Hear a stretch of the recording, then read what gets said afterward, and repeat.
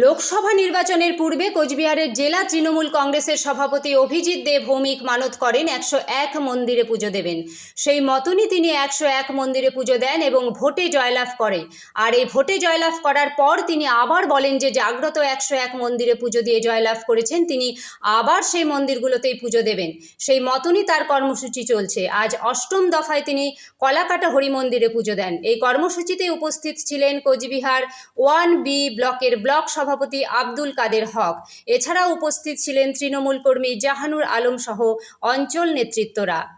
পুজো শেষে কোচবিহার জেলা সভাপতিকে সম্বর্ধনা জ্ঞাপন করে পানিশালা অঞ্চল নেতৃত্বরা। পাশাপাশি এদিন এই কর্মসূচিতে একটি যোগদান কর্মসূচি অনুষ্ঠিত হয়।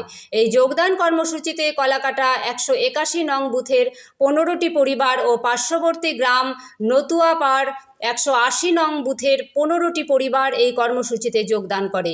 এই যোগদান কর্মসূচির পর কি জানালেন ব্লক সভাপতি আব্দুল কাদের হক ও জাহানুর আলম আমরা শুনে নেব। কি বলবেন? পানিশালা অঞ্চলের 181 নম্বর বুথে কলাকাটা গ্রাম, এখানে প্রায় 25টি পরিবার এবং বুথের বিভিন্ন দায়িত্বে তারা রয়েছেন। সেই সাথে মণ্ডল কমিটিরও তারা অনেকেই সদস্য রয়েছেন। তারা গতকালকে আমাদের এখানে বুথের সভাপতি জাহানুর আলম, তাকে তারা লিখিতভাবে জানায় আমাদের দলে যোগদান করবে বলে তারা জানায়।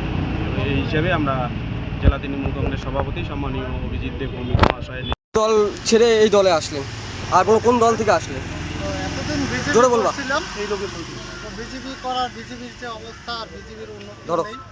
বর্তমান তৃণমূলের যে উন্নতি, গ্রামের রাস্তাঘাট থেকে শুরু করে জল থেকে শুরু করে বিদ্যুৎ, এমনকি ঘরেরও ব্যবস্থার কথা বলতে, তারপর বাড়ি বাড়ি লক্ষ্মীর ভাণ্ডার, এই সমস্ত সব কিছুর উপকার আমরা পাইতেছি।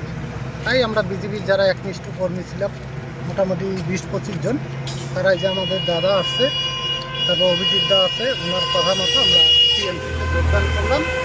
তাদের কথা মতো আমরা চলবো। তারা যদি আমাদেরকে কাজ করার সুযোগ দেয়, নিশ্চয়ই আমরা এই দলে। আপনার নাম? আমার নাম দেবাশিস বর্মন। আগে হচ্ছে কোন দলে ছিলেন? আগে বিজেপি করতাম, এমনকি মণ্ডলেও ছিলাম।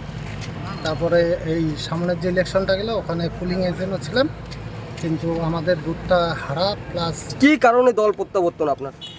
প্রত্যাবর্তন, এখানে বিজেপির সেই রকম উন্নতি নাই। আর যা পরিস্থিতি দেখা যাইতেছে, দীর্ঘ 10 বছরেও বিজেপি আসবে কিনা বোঝা যায় না। এর জন্য আমাদের এখানে থাকতে হবে, সবাই মিলেমিশে চলবো। এর জন্য টিএমসিতে যোগদান।